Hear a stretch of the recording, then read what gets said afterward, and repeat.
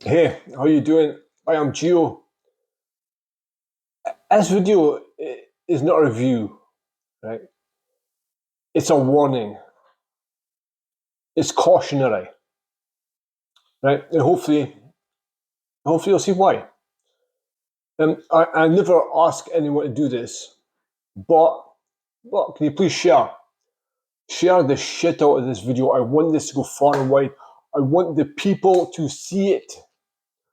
I want everyone to see it, just in case anyone gets caught the way we did, right? Um, so I started last summer. My oldest child has a brain condition. As part of his treatment, we were moving to just outside London, the south of England, for 3 or 4 months. Right? It's an in-house neuro rehabilitation in the best place in the country, the only place in the country, one of the best places in Europe.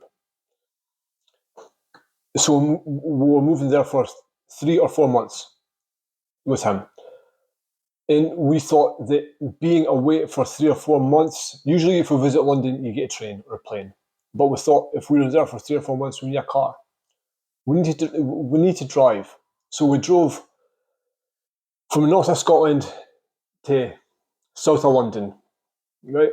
So rather than plan anything, we just thought day one we'll just drive as far as we can. Until it gets dark, until I get tired, and we'll stop for the night. We'll find somewhere to stop. Booking.com. We'll stop for the night, and yeah. So eventually, about 10:30, we're in a place called I'm not sure if it was Motherwell or Hamilton or somewhere in between. It's Strathclyde. Anyway, and my wife is looking on Booking.com, and we'll come across one of the only places that Saturday night. By the way, I was silly. I underestimated how busy everyone would be. I said, "Don't book. We'll just drive and we'll stop and we'll just find somewhere, right?" But it's a Saturday night, right? Everywhere's booked. But anyway, we'll come across this place, Toby Carvery in Strathclyde.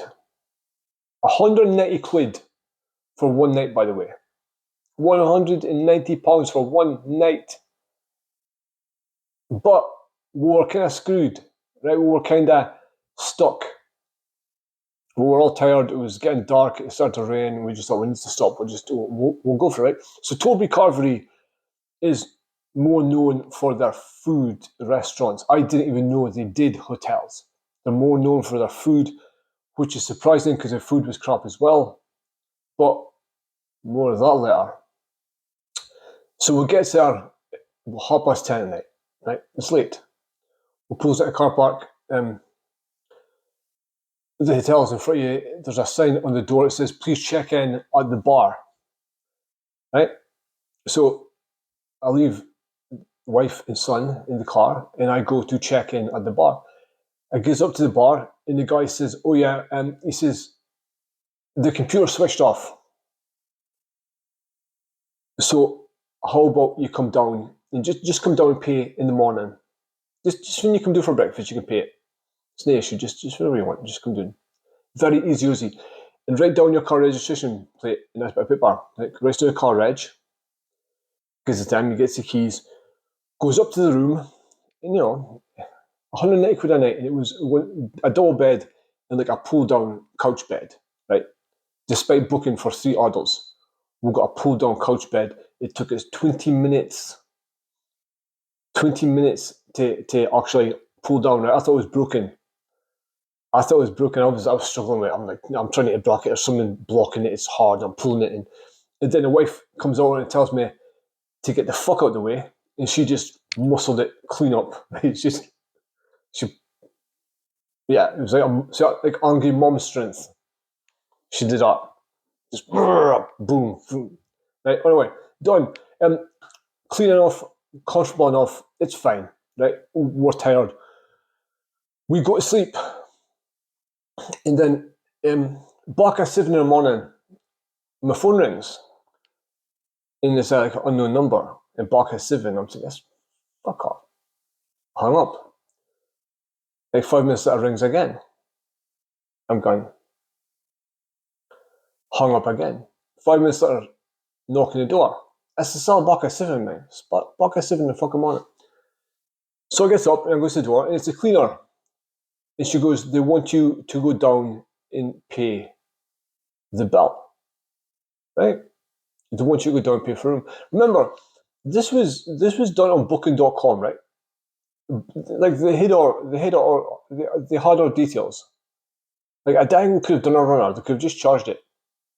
Right? But anyway, it's like, are you joking? Do you want me to go down now? Yeah, please. I'm like, so the guy for last night who was like, yeah, mate, just come down and pay when you're ready, anytime. When you're coming down for breakfast, you come down and pay. It's no problem. Apparently, it was a problem, and they needed to get paid immediately. So I goes down, I pays the bill, we'll come back up, gets everyone up, get packed up. Stacey wants to have a shower, me and Luca go for breakfast. Toby Carvery, breakfast gotta be good, right? That's gonna be good breakfast, Toby Carvery. We get down, and Stacey says, I'm gonna have a shower, grab some fruit or yogurt for me, and take it back up, and I can eat it on the road. Okay. We goes down, and it's I think it was nothing special. It was a full Scottish breakfast. Sausage, beans, hash browns. It was okay. It was no bad. I said to the lady, I'll try to find someone for Stacey, and there's nothing, right? If you didn't like fried food, which she doesn't, you were screwed. And I said to her, excuse me, have you got any yogurt? So have you got any fruit? And she looks at me as if I just asked for kryptonite. And she's like, fruit? I'm like, yeah, mate, fruit. Have you got any fruit? Like, we're still in Scotland, don't we? You know what fruit is. I'm speaking the same fucking language. I'm a diet. And she just looks at me and she says, fruit? No.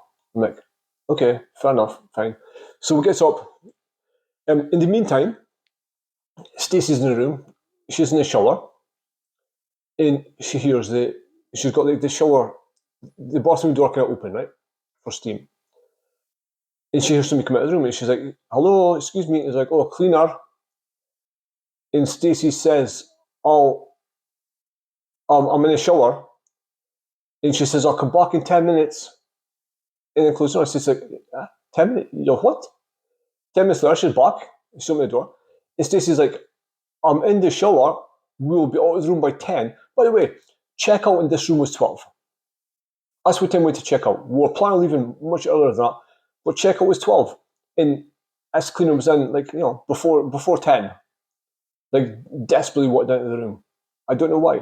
But she tried a few times to get in the room. And Stacey's like, I'm in the fucking shower, please. We will be out soon. Leave me alone. So I think nicely, right? So we leaves, we parks, and we goes. And we stopped a few more times on the way down. We'll get to London eventually, a few days later. And everything's fine. We do our 4 months there. We come home again. And if you've been off for 4 months, you come home and there's a lot of letters. Right? And I open them, going working my way through these.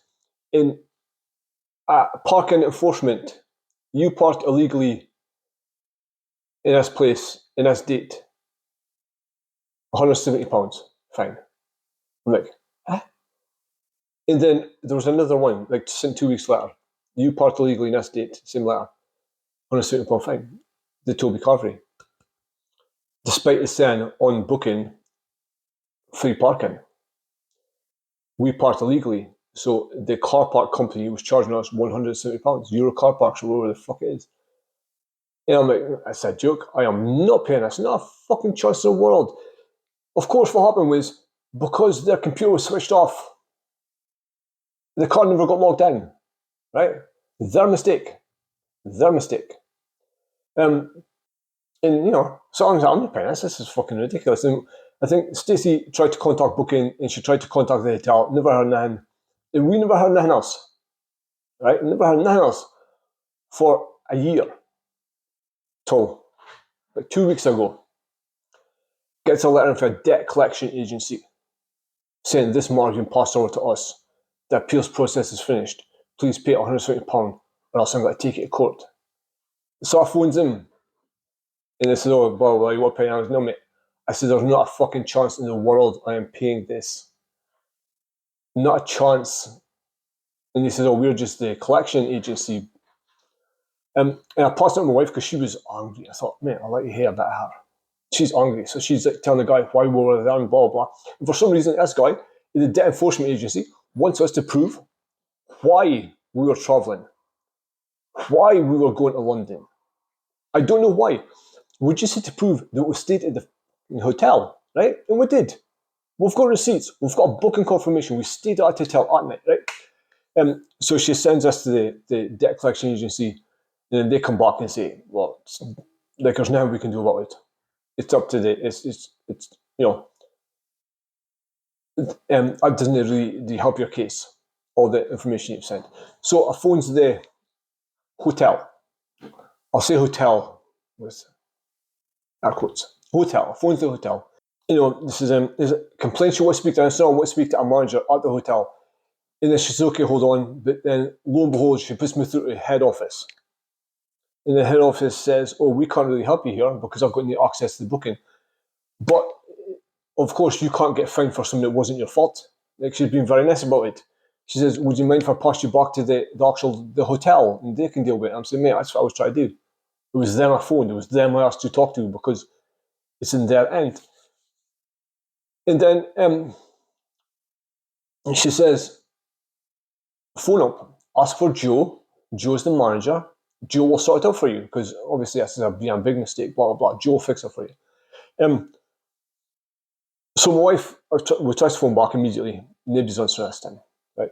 Nobody's answering the phone this time. We tried a couple of times. Later on, my wife leaves a message asking Joe to phone her back. Later on at night, Joe's in the phone back, but she phones again at the hotel and she talks to Joe.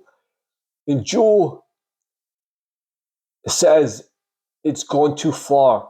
There's nothing they can do about it. Despite the fact that in an email for the debt collection agency, it says if you do not pay, the client's next step may be court proceedings. The client's next step may be court proceedings. And then Joe is saying there's nothing she can do about it. Despite the fact it's her mistake or her team's mistake. Right? Her team's mistake because they switched your computer off. Like, if it was too late to check in, don't take the booking. Right? We would have phoned somewhere else. Right? You know, computer switched off, write your car registration plate, I'll get rid of what needs now, right? So that's where we are. There's not a chance in the world I am paying 170 quid for parking at a place when I paid £190 for a standard room for a couple of hours. Right? In booking.com, again, pretty unhelpful. You know, it was like, I don't really think they understood what the issue was. Wife just spoke to someone who didn't really speak English that well, and I think she understood what we were saying. She was saying, do you want us to refund you the money? And we were going, no, we're not paying the money. Like it's, I'm not paying for a car park that I already paid for essentially. So, that is my experience with the Toby Carvery Strathclyde. And again, I never do this, but share the shit to us, tag them in it. I want them to see it. And I'd rather pay 170 quid to a lawyer, happily, than I will to these people. So, if you're ever Motherwell Hamilton Way and need somewhere to stay, like fucking sleep in the streets, find a doorway, sleep in the back of the car. It'll be less hassle than that place. So thank you for listening to my rant. Again, please share this shit to us. I want everyone to see it just in case anyone ends up in the same situation we are, trying to be extorted by these people for their mistake. Cheers.